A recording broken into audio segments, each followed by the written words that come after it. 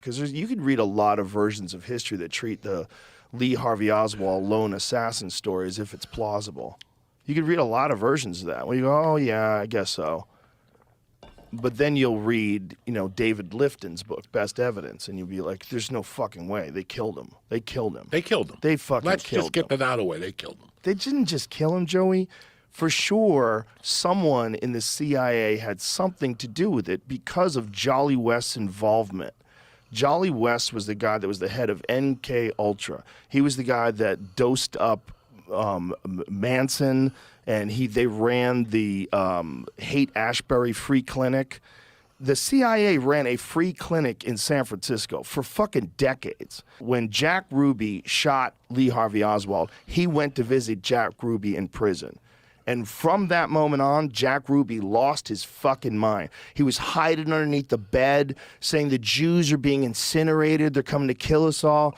He was chirripping balls. I think they just dosed that guy into a fucking coma.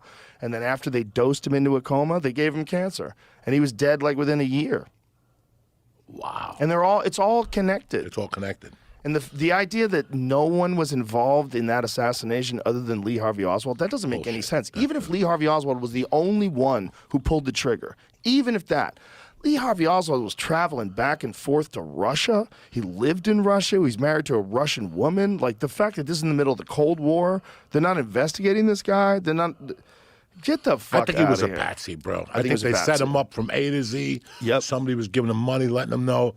It's interesting because listen, you don't want to base yourself on stupid things, but remember that speech that dude gave, Kevin Costner? Which one? In JFK. Yes. What was the guy's name? He's the guy. Donald Sutherland. Donald Guy Sutherland. from Invasion of the Body Snatchers. The guy, that motherfucker, got offered a deal for Animal House. He would have been like $11 million.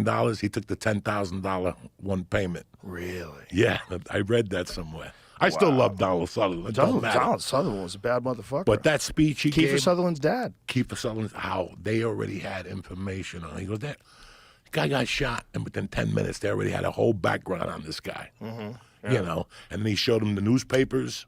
How could the paper come out in Brussels? But I don't remember the whole thing. But all that made a lot of fucking sense. But not only that story, it talks about civil rights. It goes through when they shot Kennedy, what they saw, like in Chicago, how they knew for sure it was the mob and the CIA that killed Kennedy. They talk about how when Malcolm X was going to meet, I didn't know about this, he was going to do a speech at the United Nations with Che Guevara.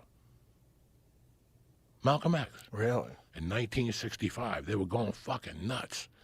And it all ties in because, and they kind of explain in the beginning, you have to tie a gangster in with political because then he blows up that pilot. Something really interesting. You know I'm a fucking moron. I can't say this shit. But, and that's what they try to show you, that all these gangsters had something to do with this history. Yeah. The guy who played, that fucking dude that blows his head off in Full Metal Jacket. What's his name? Vincent D'Onofrio. Vincent D'Onofrio. He plays a Vito Genovese. That your Really? fucking head will blow up. Really? Something completely different. I like how he casted. I like the way he casted. He casted outside the box. Again, like Tony Soprano was casted. But Vito, the guy that plays Vito, he's very political in this. And that guy, Giancarlo Esposito, who's a fucking G, he plays a congressman.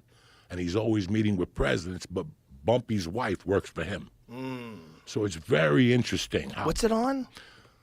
So it's MGM Hulu, Plus? Hulu, the first 2 seasons, and MGM Plus, the last MGM season. Plus? What is MGM that? Plus is like, Is that a new one? it's like Paramount There's Plus. so many of them. There's so many of them. You know, at the end of the week, you pay for so many. But it's an interesting show. You know, that's the most interesting show. You learn something. It's not about shooting and just heroin.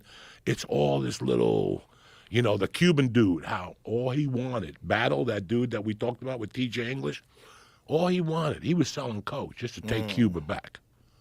Like that guy was, can you imagine you coming to me going, Joey, we're going to do this, but the fucking final result of this money is me going back to Palermo to take my grandfather's village back. This is what that Battle dude was into. He just wanted to go back to Cuba. That's it. I don't want no problems. I just want to kill Fidel and go back to Cuba. So they tried, they get with the CIA and they show how many times they tried to kill Operation Mongoose, the fucking wetsuits, the fucking cigar that explodes. All those were failed CIA attempts. How many times they try to kill Castro? Watch that documentary 101 times. That's so crazy. Remember when that motherfucker walked on the subway in New York? Remember he came to the UN and he walked on, that's what they show in that. He walked on the subway in New York and the guy goes, you got a bulletproof vest? And he lowers it. He goes, I got nothing on. 101 Ways to Kill Castro. Wasn't that the name of the documentary? I don't know. Forrest Whitaker's a fucking great actor, isn't he? Forrest Whitaker was in The Color of Money. He played the guy that hustled fast Eddie Felson. Yes. Remember he has Is that you mad? Yes. 638.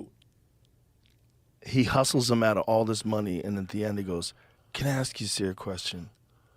Do you think I should lose some weight?"